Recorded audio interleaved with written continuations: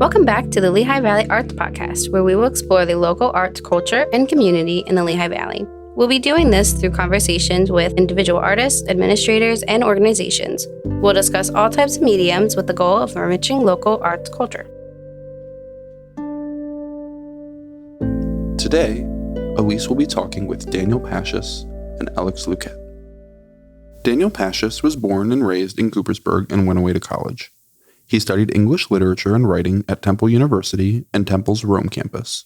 While there, he immersed himself in film culture, stop-motion animation, and self-portrait photography. He spent time in New Mexico at the Santa Fe Photography Workshops and as a resident artist at Millersville University.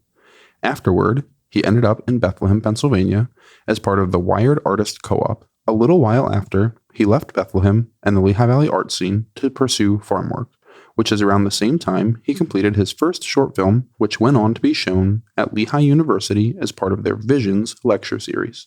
When working on his art, Daniel Paahaus goes by the name Paahaus. Alex Luquet is a bass player that's lived in Bethlehem since 2011. He's performed locally and nationally with a wide variety of musicians, including Dominic Angelella, Cold Fronts, John Morgan Kimmock, and William H. Travis. Alex releases his own albums under the band name Sailcloth, focusing the music on his upright bass. He has also done sound design and composition for film and video games. Alex and Daniel started collaborating a few years ago on an ongoing series of short films, using each other's films and music as inspiration. They share a love of nature and an organic approach to art making, giving the pieces a unified aesthetic where the audio and video play equal parts. Currently, Alex and Daniel are compiling the films along with live scoring and music performance, spoken word, still photography, and much more into a performance entitled The Forest Primeval. Dan, Alex, welcome to the show. Thanks for having us. Thank you. Thank you so much for being here. I'm really excited to talk to you both. I appreciate, Dan, you reaching out and asking to talk about, well, just kind of share about your project, but it's cool now that we get to kind of have this inside look at you as an artist and your work with Alex. So I applaud you for reaching out. Thank you so much. No, that's great. Thank you. Very good. Well, I thought I'd get started since you both know each other much better than I know both of you, but just how did you meet and how did you end up working together? I'm pretty sure the first time I met Dan was maybe at Wired, or was it when you did some band photos for a band I was in a long time ago? But that was around the secret art space sort of era. We had a lot of common friends. Yeah. That I think you were Moravian. Mm-hmm. Yeah. I think there was a number of Moravian, yeah. like Mike Lorenz. Yeah. The guitarist. Yes. Et cetera. Multi-hyphenate, Mike Lorenz. And I think because then there's the way, I just remember you dancing really well at John and Jen's wedding. Oh yeah. And then I think it just the friendship and respect from there. Because then I think because of the dancing. Because of the dancing. Yeah. Because I think soon after that we were at Music Fest together, Great Whitecaps playing Surf Rock Mayhem, and everybody was sitting down, and it was baffling to me because this is the most danceable music that your legs can't help but start shaking and things, and so I ran down to the front on my own out there. Natalie wouldn't even go with me, and the only other person that spotted me and came down was Alex Luquet. And it's like, we're good. This is great. And then the rest of the people caught on. Yeah. But wow. I think that left an impression. Yeah, clearly. I'm remembering it now as you're saying it. Mm-hmm. That's yeah. And I mean, he's a decent musician and other stuff too, but but the dancing was good. That's like artist partnership Hallmark movie level connection. Our eyes met across empty dance floor. It's like the Lehigh Valley love story. Our eyes met across the music fest, and we danced the night away. There's probably no one else in the world who would have cited my dancing as the reason we started hanging out. That's incredible. Well, and I think, and then the other, Blind Willow, Mm-hmm. and Kyle Page. Yeah. Who is still somewhere doing music. Yeah, he's teaching. Yeah.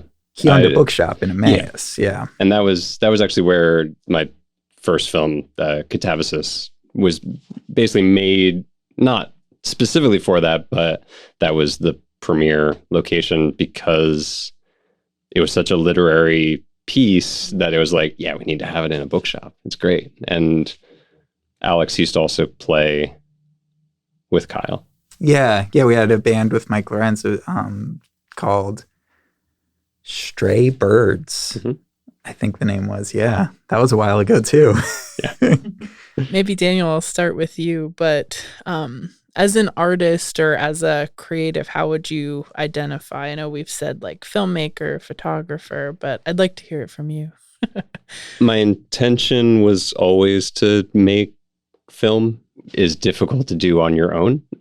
So a lot of the earlier work was photography and writing and some of the sculptural work as well. But most of it, because it was just a lot easier to do stuff on my own and I could do everything that had to be done, versus the filmmaking took a while to get into, to figure out how to do it in a self-portrait fashion, but also then connecting with people like Alex, that I could actually have somebody else do all of the audio and not just completely think of it as a visual medium and then just hand it over to him, or take one of his pieces and make some visuals for it.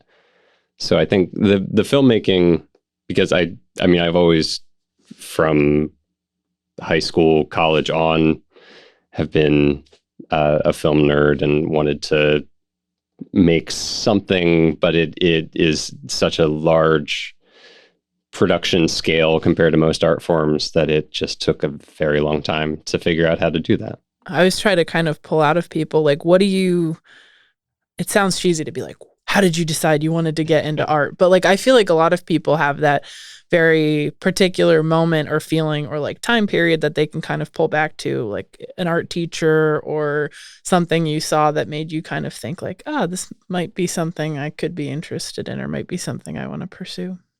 There have been a number of those kind of moments along the years. I actually have, my dad used to have a really great stereo system in our basement when we were growing up, that he used to record. He had a few really good microphones for some reason, and he used to record my brothers and I just interviewing us, kind of thing. I mean, the early podcast. And I digitized them, the audio tapes. I digitized them probably 20 years ago now. But when I did so, I found one where he asked me what I wanted to be when I grew up. And I said, I either want to work in the Lego factory or I wanted to be an artist. And I don't remember that specific interview. But I think that was, when I was 5 or 6 years old. But the big thing for me was in college that I went to Temple mainly because they have a Rome campus, and I found out in the initial interview that if I got in and I had a scholarship, that my scholarship would cover the Rome campus as well, and it actually is cheaper tuition there, so they ended up like paying me to go there. I'm like, this is I'm in. I'm totally. And so I just had to get, because junior year you're allowed to go, and so it was like, all right, I just gotta get through the first 2 years, and then I can go to Rome for a year. And it was mainly while over there that I got into the self-portrait photography, the darkroom work, and I had that moment where, and that's also where I got into the stop motion and watching a lot of, they have amazing Italian film collection at the library of the school. And I became friends with the librarian, so she would like recommend all these obscure Italian directors, and it was fantastic. But I had this sort of clear-cut vision of where I wanted to go at that point, and it was being able to be self-sustaining somewhere remote, being able to take care of myself and be able to feed myself and just keep doing this, whatever I need to figure out, so I can just keep doing this, because this is good. This was therapeutic. This was fulfilling activity. And if I can just keep doing the photography, and I should probably know how to feed myself. And that was like most of my 20s was pursuing the art side of it.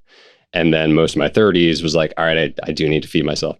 So it kind of switched gears, but I think that's the direction that I've always, since that point, wanted to head.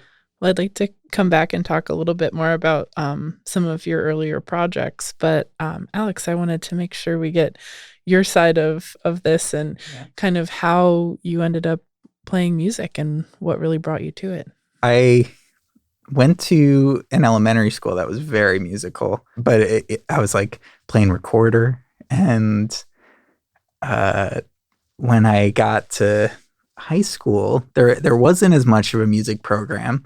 But I kind of at some point got interested in the bass, and I wanted to play bass guitar. And there was a history teacher who was really kind of supportive, right? Heard some music that I had recorded, you know, when I discovered that iMovie could do 2 tracks of audio, right? And like just started, you know, layering sounds in that. And I made some music for a film somebody made in the high school, actually, right? And this teacher sort of latched onto that and encouraged me and helped me put a band together, right? But it was just sort of a thing that I like to do on my own. But I remember coming across an album by the band Low called Drums and Guns. And I got really attached to it. And I found they were putting out all these music videos they made on their own. And that was sort of the moment where I was like, oh, you can do this forever. Like you can just make music, right? And, you know, sort of decided to go to school for music at that point. I went to Moravian and have just set up my life to be able to keep playing in bands for however many years, right? And it's I've played in a lot of different bands and made a lot of music, and feel really lucky to continue doing that in the way that I am. Something that comes up a lot in our show is this idea of like you're a self-taught artist, whatever format that might take, or you have like this very formal education and how that might impact the work that you're doing right now. And it's interesting because a lot of what happens is we'll have filmmakers or photographers that are really like heavily formally educated as opposed to self-taught, and musicians who are self-taught. And this is kind of like an opposite scenario. And I'm like really curious to kind of dig more into the work and how you guys work together on that. But I'm curious, like how you feel. You talked a little bit about how like your schooling and education impacted the work that you got kind of invested in, but is there something both of you like early on that you were working on that was either like influenced by what you were working on in school or whatever, or do you think there's something like outside of that you were inspired by? I learned a lot about playing with other people in school, right? And something I really value in making music is like not just doing it on my own, but being with other people and, you know, trying to be like the worst person in the room, kind of, right? Like that's kind of the goal for me in a lot of ways. And, you know, being in a school for music, there's a lot of people to play with. And there's like, I feel like there's just sort of this etiquette you start to learn with just interacting with people in a positive way. And that I think is the biggest effect it had on making music for me, because I'm not necessarily playing like I learned to in school anymore, right? I was playing a lot of jazz and in the orchestra, and I don't necessarily do a lot of that anymore. But that wasn't really the takeaway for me, I think. I think I probably would have been able to get a lot further with filmmaking a long time ago if I had actually just taken that, like the working with other people idea, because I started Temple the first semester. I only one semester, but the first semester as a film major, and I was like, oh yeah, I'm gonna do this thing, and it was at the time. It was like the second best film school on the East Coast, and I was like, "This is fantastic." And it took not even the full semester of being around filmmakers there, and I'm like, and then I want to go back to hanging out with the English guys. And because I think I enjoyed the filmmakers. I mean, they knew film so well. Like they were diehard into all of these different genres, and they had watched.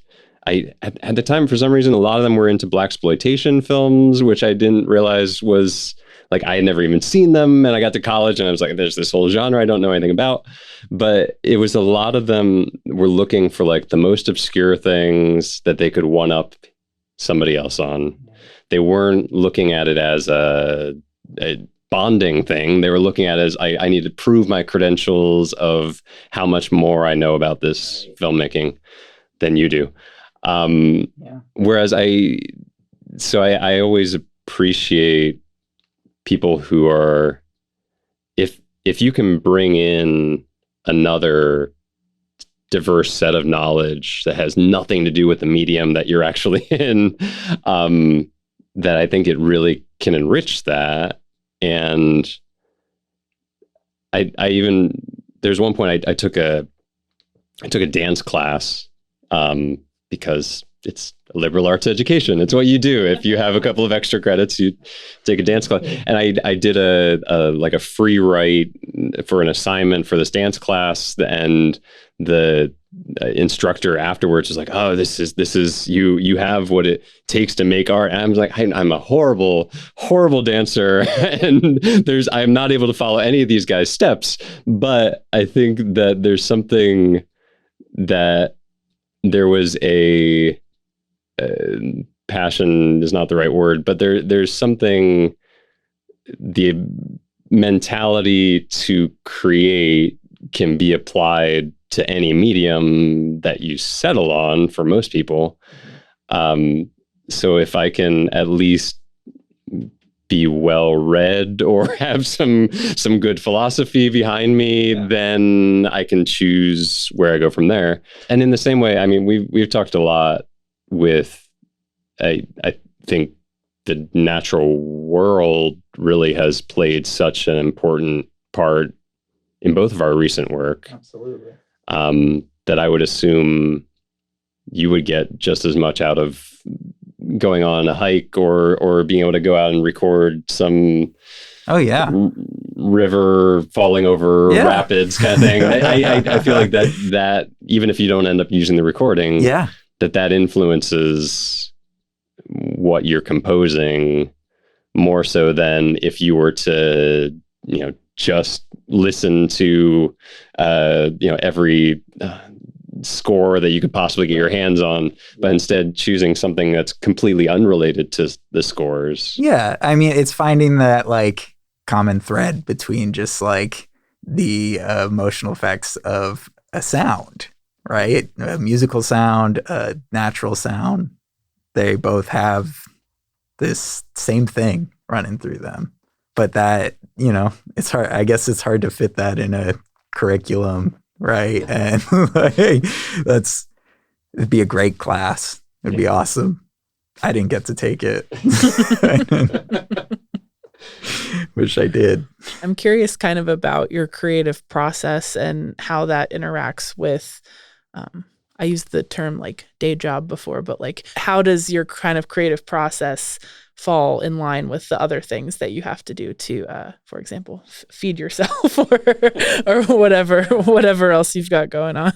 I've got a day job. It does make it so that the time that's available for my music is like very precious and has to be used pretty efficiently, right? But some of these ideas, like Dan mentioned, finding things in the natural world to use, a lot of that came from sort of my second job, which is performing in other people's bands, right? Which has given me a lot of opportunities to travel and do some touring. And I started, finding time to sort of like find sounds and find new ways to explore ideas about music while I'm just like waiting at a gas station. There's a lot of waiting and walking around. And I think it was just, if you feel like you have to do this thing, pursue these thoughts, you find your way to make that time for it, especially if you don't have as much of it. And that's actually, I think, been very helpful, because sometimes if I have 2 or 3 days, I don't find I use the time as efficiently as if it's like I've got half a day to make something happen. Right. Yeah. It's interesting, that term, like saying using my time efficiently. Yeah. And that's kind of the artist's version of like, if you won the lottery, what would you do? Like, if you had all the time in the world to put towards your creative process, like, how do you think that would impact what you do? And it's interesting that you say, like, I find I don't use it efficiently, because that is often my issue. I'm like, oh, I have 4 days to work on something. I'm just not going to do it. Yeah. Day 3, like, but I think you kind of are just going through ideas a little quicker when you have less time to make it happen. Mm-hmm. The film Dan had me score, I feel like I had more time for that than I would in a lot of situations, right? Where I've gotten stuff that needed music, but the deadline was in a few weeks or something, right? And Dan didn't give me a deadline. So, I had limited time because of the other work I do, but I also was able to like put that time in and at the end say, that's not it. I need to do something else. So in that case, having more time was helpful. But I think still not having all day, every day available to me makes me work better, hopefully. Yeah. Well, with that film, what ended up happening, because there wasn't a clear-cut deadline, you did finish a version of it, but then you were also able to get, I think there were 3 or 4 other musicians on that one. Yeah. That you were able to give them music and say, all right, record this and get it back to me. And then now we have the violin piece, we can plug that in. We have the harp piece, we can plug that in. So I think, it definitely grew organically to being, because even that film itself was 3 years of shooting, but it was, there were periods of time where it was, there might be one shot every month or something like that. And it had to kind of develop to a point where I actually even reshot certain things, specifically knowing that you were going to be scoring it, and letting that process kind of keep developing over time, rather than it wouldn't have had, like, that piece would not have happened in anything resembling that form if it had been, all right, we got 1 week, we're going to Vancouver, we're shooting this film, we got the crew, we got the craft services, everybody's lined up, let's do this thing. But instead, when I had all the time in the world, before the farm, before I was married, before I had a kid, before I had more time-consuming jobs and whatever, there was all the time in the world. And I was extremely productive, but it was very intellectual, very self-indulgent for the most part. But a lot of it was these very complete package sort of pieces. And I think, especially with the photography, where I was able to get to that finish line fairly quick and have like a nice thing to throw up on the wall. And that's great. But what's happened now after stepping away from making any kind of art for years, that now I'm on the farm, or even I've worked for years doing tree work. So it's just literally just the earmuffs on. I can't hear anything, just feeding stuff into a chipper or running a chainsaw for, 8 hours a day. Or doing tile work or other like contract work where it's fairly manual labor, or the farm work where it's repetitive, where I'm, weeding a 200-foot bed of carrots and you're going through individually picking out things for, an entire day.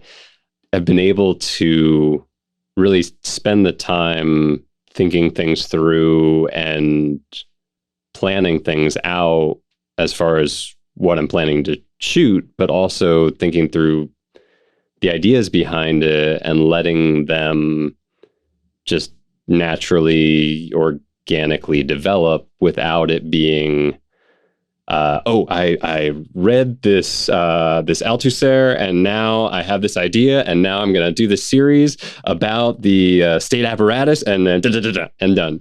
And I submit my project to whoever, rather than thinking of it in that purely like academic sense. I think I needed to switch to being slower, but also having it be more of a human expression rather than like, this is not just a something I'm turning into a professor. Like, this is something that I'm needing to make for my own needing to make this thing. And I don't think I had, like, I never had the art therapy idea back in college or in my 20s, but I think now it's definitely gotten to that point where it's like, no, I need to, I'm totally fine with, if you give me endless amount of time, I will gladly sit there and do the felting or the clay making or the whatever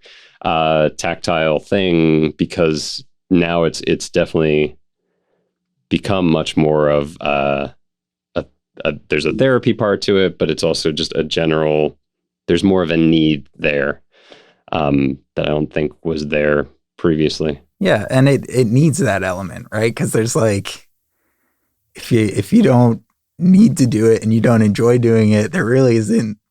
Why are you doing it? Right? And like it's hard. Mm-hmm. But that doesn't matter as much when it's something that you just love to do. Yeah, and I think there's a really specific type of I don't know if confidence is the right word, but confidence in, like, I need to make this, so I'm going to make it, and I will use the time I have to make it, as opposed to maybe parsing over something or thinking back and forth, like, I don't know if other people want to see that, or if other people want to look at that or listen to that or whatever. But like, really beautiful confidence that comes from, I need to make it, so it's going to get made, because it doesn't really matter, right? Like, as it comes out, it comes out. And I think, kind of touching on that point of efficiency that you mentioned and how you use your time, and if you had more time, do you feel that there are either has been stuff or is currently stuff out there that you've made that you look back on and say, oh, if I had more time, it would look differently, or if I'd used my time differently, this project might look different? And it doesn't have to be something you dislike, but just that idea of, like, there's something out there that I could change, or I would alter, or whatever. Maybe not. But I mean, there's always early work that was exploratory, figuring out the techniques. And so a lot of it, and it can be a dangerous pit to fall into, but a lot of it's been process over product. And that's not always a great thing. But I think, especially early on, but even more recently, it's very rare that I can match precisely what I have in my head because I'm not that skilled. I don't think there's necessarily a regret at least making the effort, but also like getting as close to that finished product. I think more recently, the deadline of this show, we're putting on the show. So it really, there's been a significant amount of time where it's been kind of getting as close as possible to a specific idea. And if it doesn't come to fruition, then using what was learned and moving on to the next piece and then developing that and being able to choose which one was a better sequence for the film and go from there. In terms of your, like, you put out an album 2 years ago. Yeah. When you put that out, like now 2 years later, do you listen to that and say, shit. I need to go back and tweak this, and I need to this needs to be moved over here, or I mean, yeah, I kind of wish, I almost wish I did more of that, right? Because sometimes I revisit old albums, and I'm just like, I don't know how I did that, whether it's a technique or the way it was written, right? And I think so much of that has to do with just the circumstances of what's available and what, how fiercely I am chasing it down. So, sort of going back to what we were talking about earlier with process, like I think if you had to make the same film, but you were going to Vancouver and you only had 1 week, it would have come out differently, right? It wouldn't be the same, but you would have found your way. And so I listened to that album compared to the album before it, compared to the album now, and they're all just sort of a product of like where I'm at, what I'm doing, and how I'm doing it. And it probably would serve me better if I was able to listen to it and be like, I shouldn't do that again, right?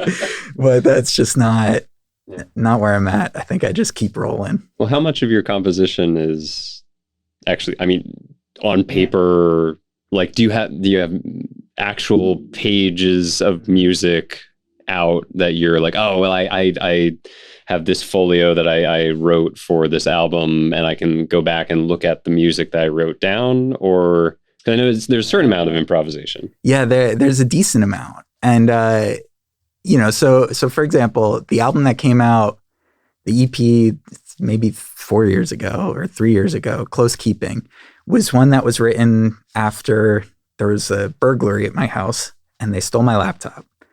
Yeah. And I didn't have money for another one, right?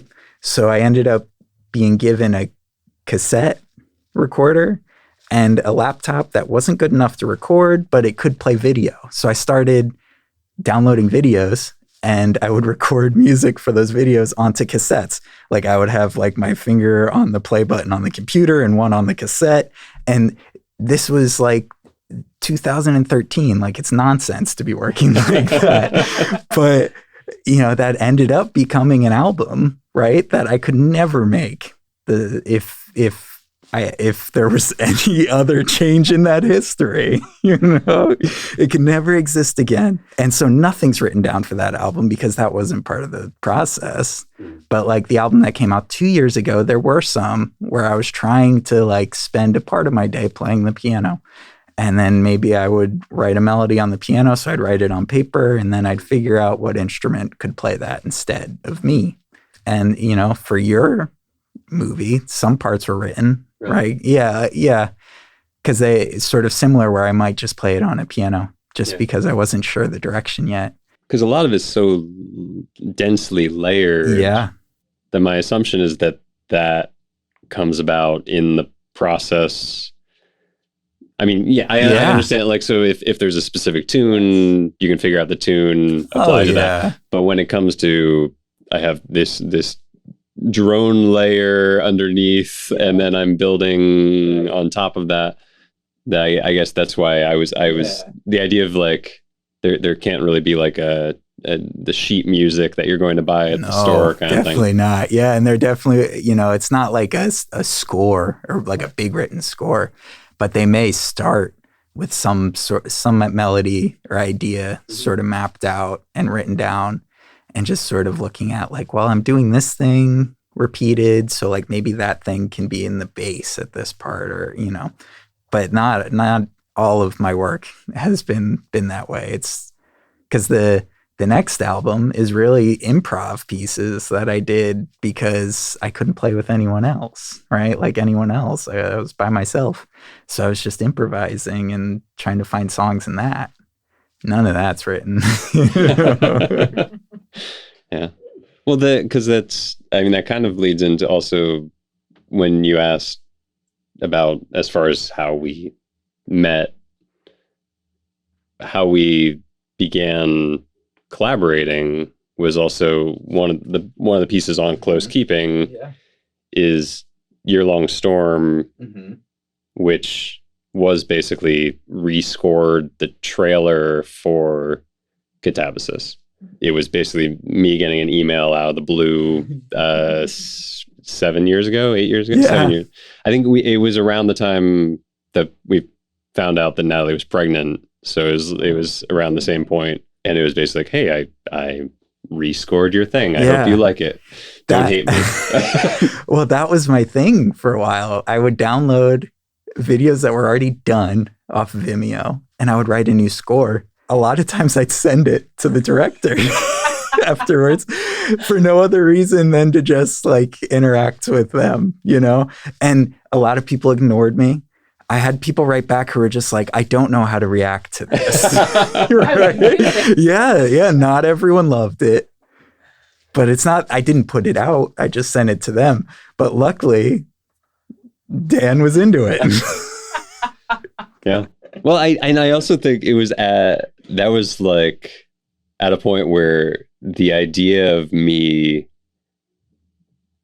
the idea of making anything artistic at that point, that was I think, and we had just moved, and it was like we had to move our entire house, possessions, whatever, like basically 4 times within like a year and a half period. And so it was just again and again and again. And that was around the same time that there was no artistic output of any kind on my part. So then to get that, where it's like, oh, he made this thing that it's flattering on some level, but it also, it gave a new life to something that I hadn't touched in, 3 or 4 years at that point. And then when you put out the rest of the album or EP, that was when we initially were talking about my wanting to do more specific songs off of that album, and only one of them actually turned into another short film.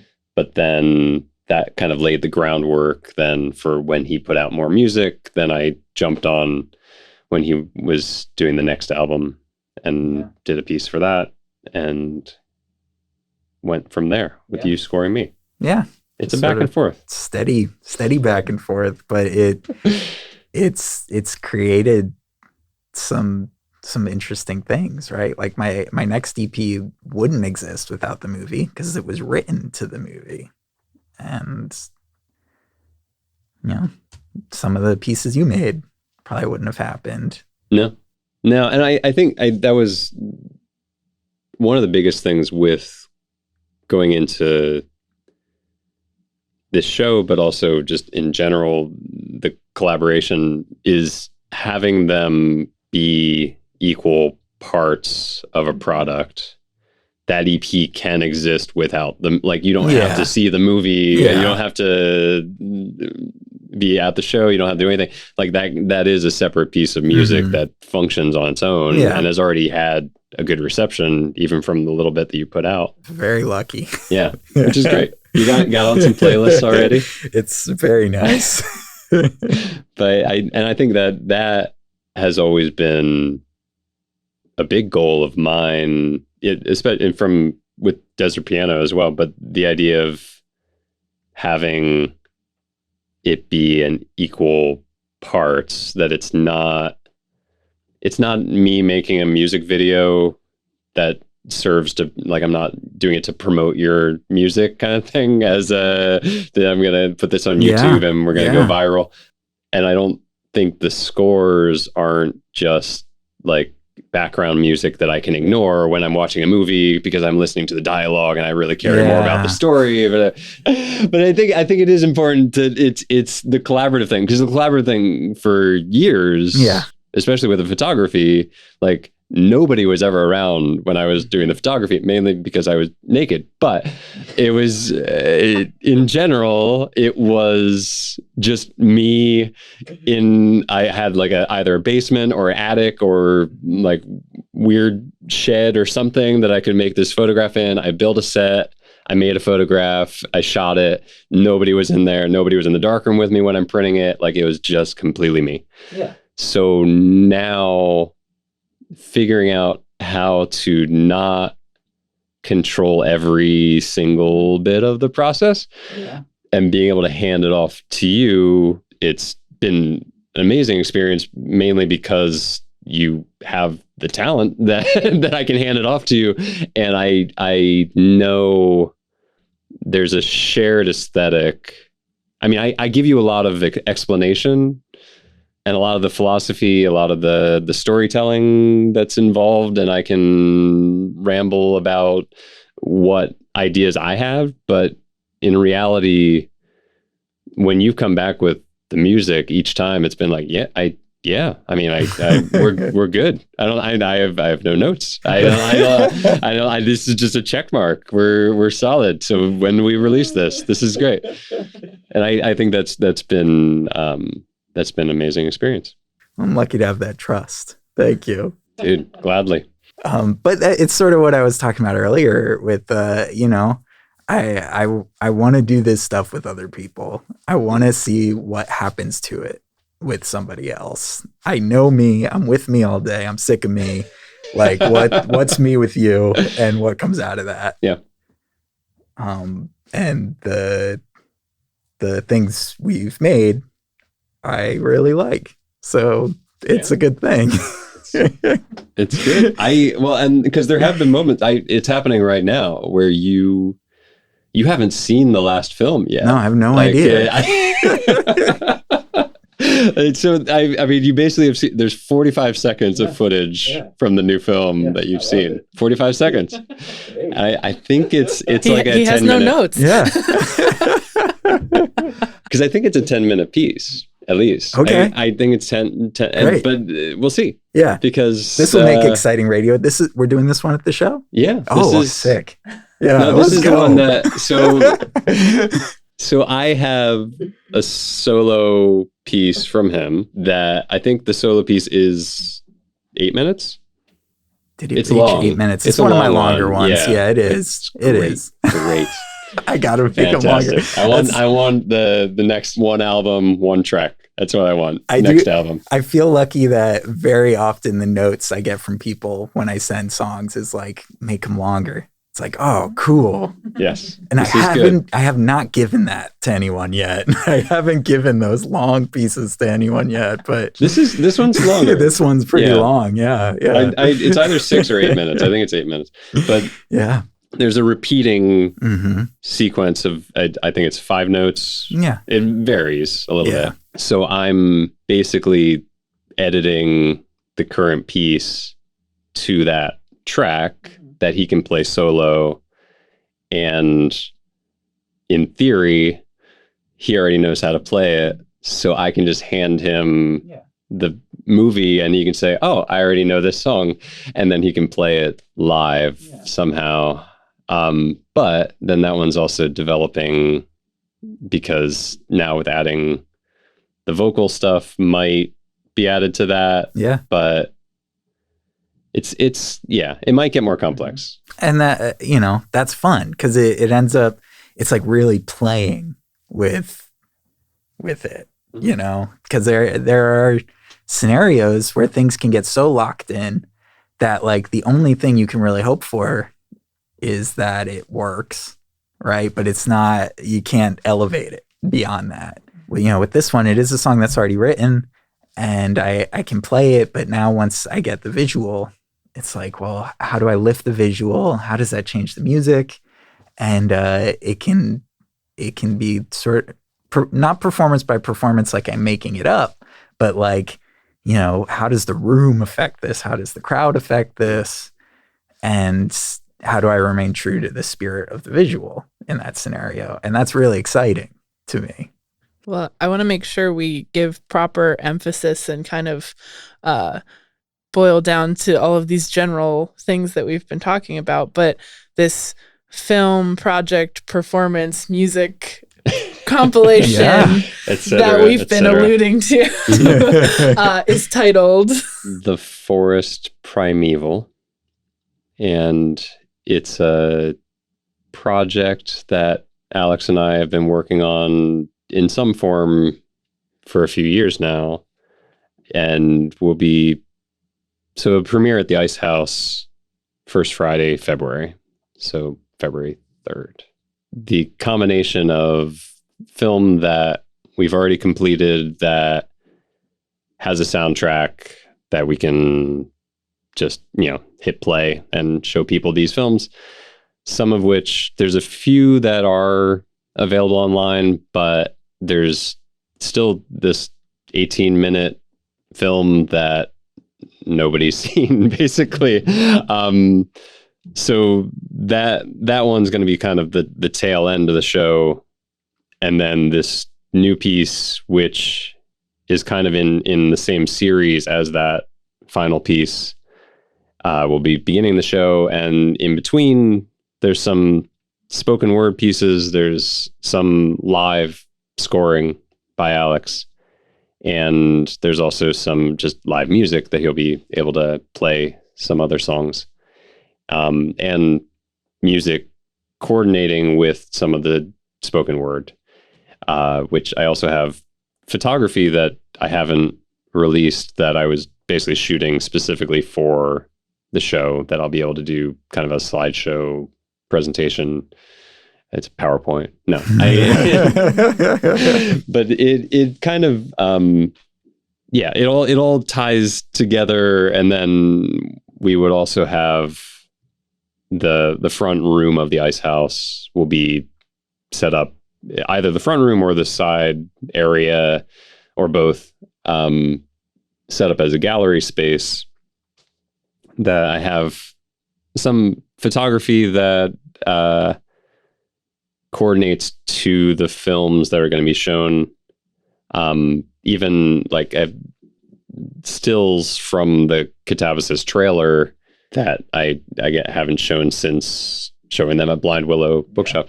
But so there'll be a few of those kind of things. But there's also the more sculptural pieces with the masks, which there are masks that end up in the films, and there's masks that are just used for promoting stuff. And then there's some that are planned for the next piece that is started filming last year and kind of got put on hold till next summer. So they're clay masks, so they kind of work as a sculptural piece, and then able to have the gallery set up for people to come and enjoy that, and then come into the show and hear some good music and see some new films. Yeah. It's a whole package deal. It's a show, but it feels like it's kind of like a gallery that we've turned into a performance in a lot of ways, because it's this body of work that's connected, and we're presenting it linearly. What do you anticipate, or what do you hope that people take away from this or get out of this experience that you're putting together?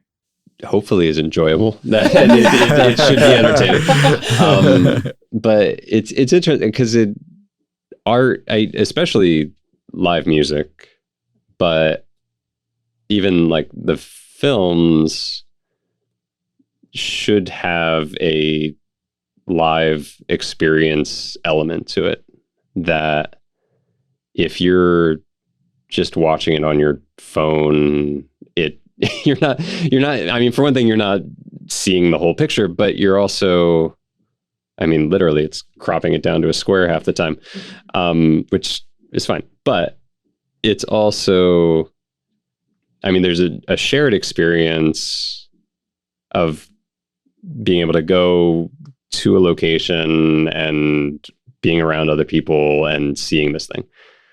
The other part of it is that it shouldn't be done in isolation. Like, it should have some sort of context.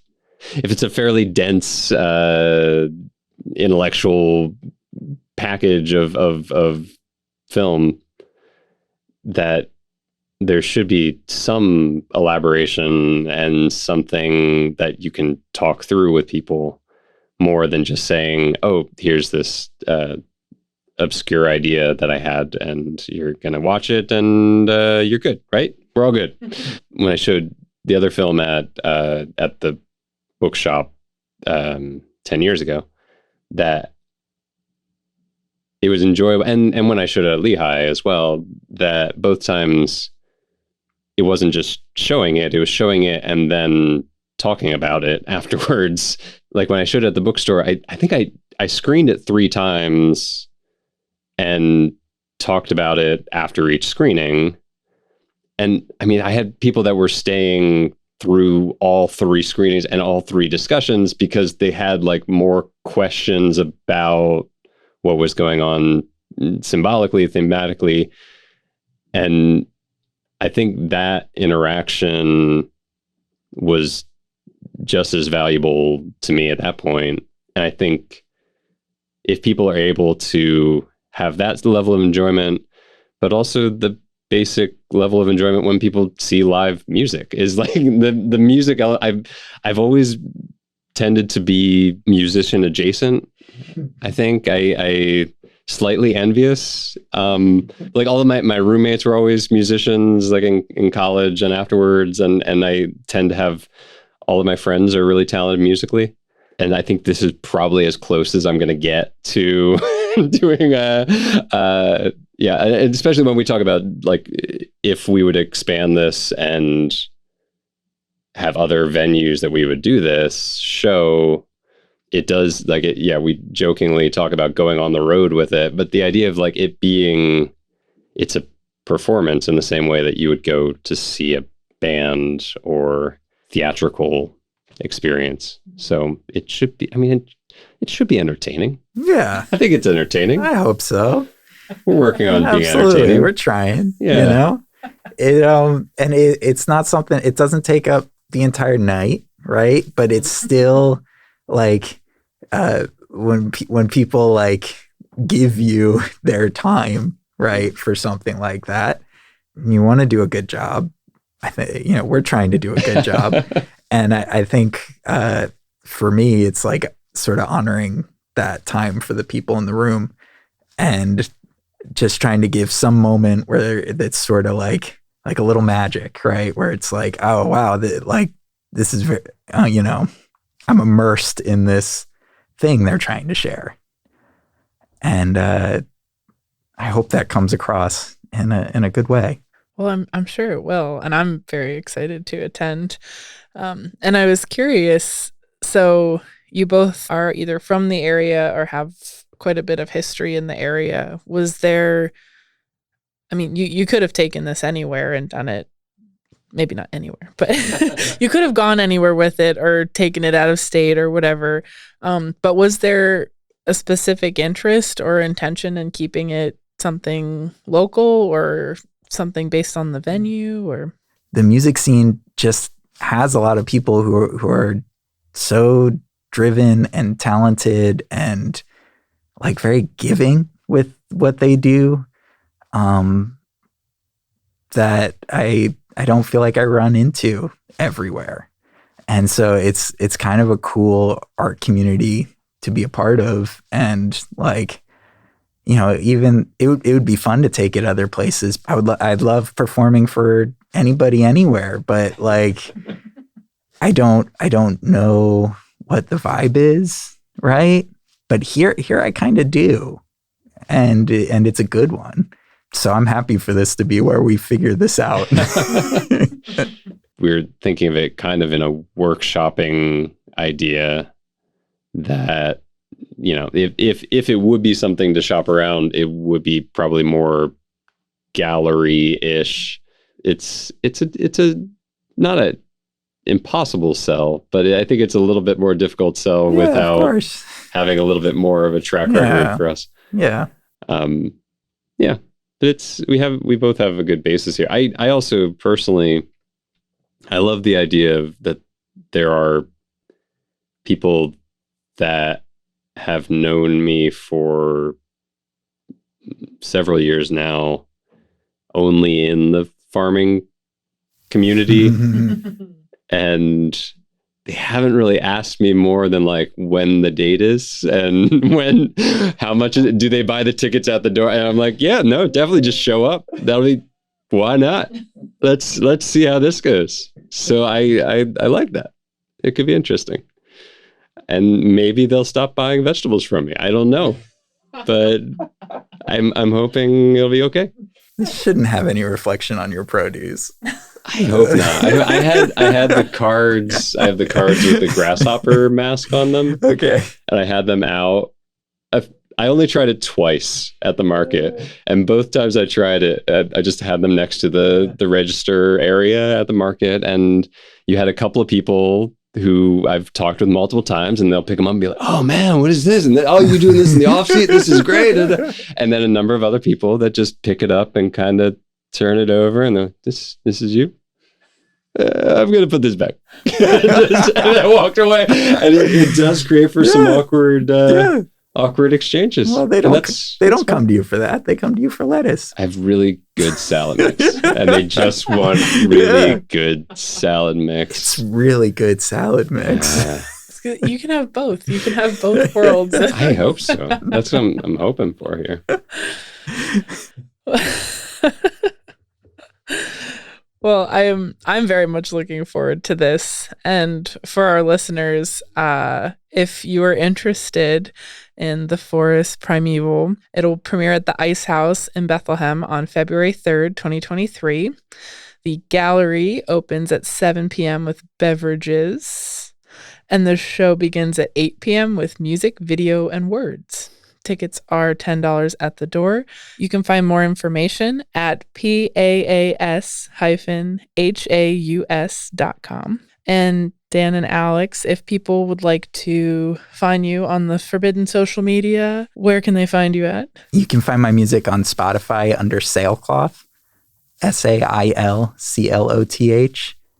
And my social media is Sailcloth Sounds, because Sailcloth was taken. And my website is sailclothsounds.com. You can find all of my music there. Yeah, for the social media and the website, it's all basically my last name. So for Instagram, it's PAAS_HAUS, because they don't allow hyphens. And then for the website is the PAAS-HAUS.com. And then the farm as well, if you want to check out the farm, is Pan's Forest. So it's at PANSFOREST. Well, thank you both so much for your time this evening, and I'm looking forward to your premiere show. Thank you. Thank you. Daniel and Alex, thank you so much for coming on the show this week. Once again, The Forest Primeval will premiere at the Ice House in Bethlehem on February 3rd, 2023. The gallery opens at 7 o'clock with beverages. The show begins at 8 o'clock with music, video, and words. Tickets are $10 at the door. For more info, visit PAAS-HAUS.com. And next, we'll let the sounds of Sailcloth play us out.